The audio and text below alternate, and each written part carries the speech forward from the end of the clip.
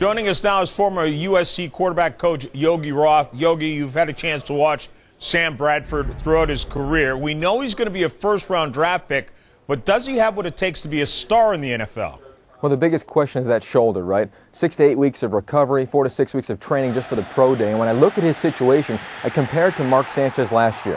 Why? Well, Mark Sanchez was a top 15 pick. And then all of a sudden, he went into the interviews and did great. He impressed scouts, general managers, head coaches, and moved into the top 5. For Sam Bradford to be a bona fide franchise quarterback, top 5 pick, he's going to have to do great in his interviews, during his pro day with GMs, with offensive coordinators and quarterback coaches, and prove to them that, yes, he's healthy, but also he has what it takes to play the position at the NFL level.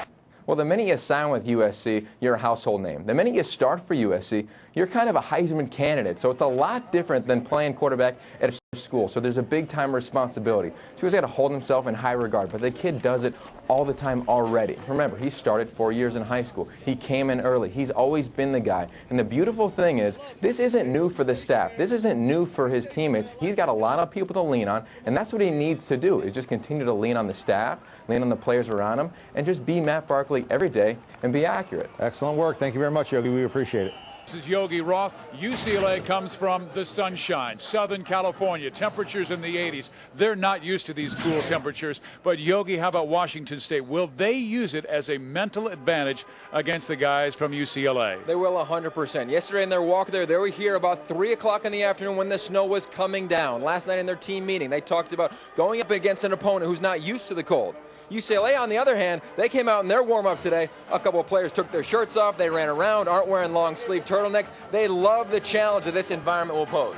How about Kevin Prince? He's a tough kid already. He doesn't mind the cold. He is playing despite a head injury he suffered last week against Washington. Yeah, when you look at Kevin Prince, obviously a big hit last week that knocked him out of the second half against Washington, but that game was his most complete game to date. Why? Because finally he's playing instinctive football. He's anticipating where his receivers are going to be on every snap. He's accurate with the ball, and right now he's playing as quickly as he has mentally at any point in his career. What did Greg McElroy's drive at the end of the Auburn game do for the Alabama mindset? Well, it's huge, and it's huge for him. When you look at their body of work all season long, he hasn't necessarily been the man. They've got a great running back. They've got a great defense. For him to lead a 15-play drive to win the game now sets them up this weekend, the SEC title game. If it comes down to the last 2 minutes and say Tebow drives Florida down for a touchdown and now they're in the lead, they can stand on the sideline, their offense huddled up and say, look, we've been there, we've done that, I've led you, let's go do this thing, let's go win this game. And that is huge for any quarterback. And both of them are clicking at the right time. A new quarterback at Colorado in Tyler Hansen, highly recruited out of high school, playing very well right now in his first start of the season. And on the other side, Daniel Thomas. He is leading that offense very consistently, running the ball almost every single down as the entire offense goes through him. And Yogi, of course, you really specialize in quarterback play. You've done the elite camp for a number of years. How about the quarterbacking for Colorado? That's been a difference maker for them. For sure. And you look at Tyler Hansen, an incredible recruit coming out of high school. And when you compare the first 5 games where he didn't start to last week, the numbers are somewhat similar. But what's different? He's a very accurate quarterback, and Buffs fans are very excited about that. He knows how to throw the deep ball, the intermediate routes, and obviously he's got great footwork.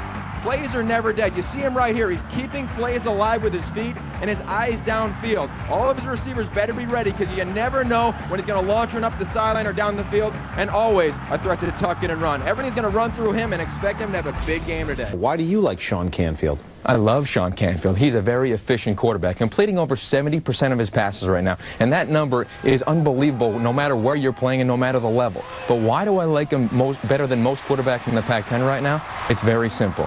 He's checking the football down. His third and fourth option. He's getting it to Jacques Rogers. Right now, Rogers, he's not only their second leading receiver, he's the second leading receiver in the entire Pac-10 with 67 catches. So if you're Oregon, their linebackers are going to be flying to the football, flying to Rogers out of the backfield all day. So look for the 15-yard passes to his wide receivers. And if they can do that, look for them to move the football down the field and have success tonight. I'm down here on the field with Yogi Roth, the former assistant quarterback coach at USC. And Yogi, I know obviously you're a guru with quarterbacks. I want to break down Colt McCoy a little bit in this game. He's coming off one of the toughest games of his career against Nebraska. There's a lot of pressure pressure on him in that game. What do you think that he needs to do in order to rebound from that and play more efficiently in the national championship? The biggest thing is going to be third down when Alabama wants to pressure him. When they do that, he doesn't have to make audibles to the line of scrimmage and all these grandiose changes. All he needs to do is subtle, small things in the pocket. So, for instance, he's going to be in the shotgun on third down. When he gets the snap, he's going to take a three-step drop. He's going to naturally feel pressure from Terrence Cody, the defensive tackle. He's going to make a slight movement, a slide in the pocket to his right. What Alabama loves to do on key third downs is bring Javier Arenas off the edge, their cornerback. When they do that, he's going to have to step up in the pocket, two hands on the football, securing it at all times, going through his progression and dealing it to one of his receivers.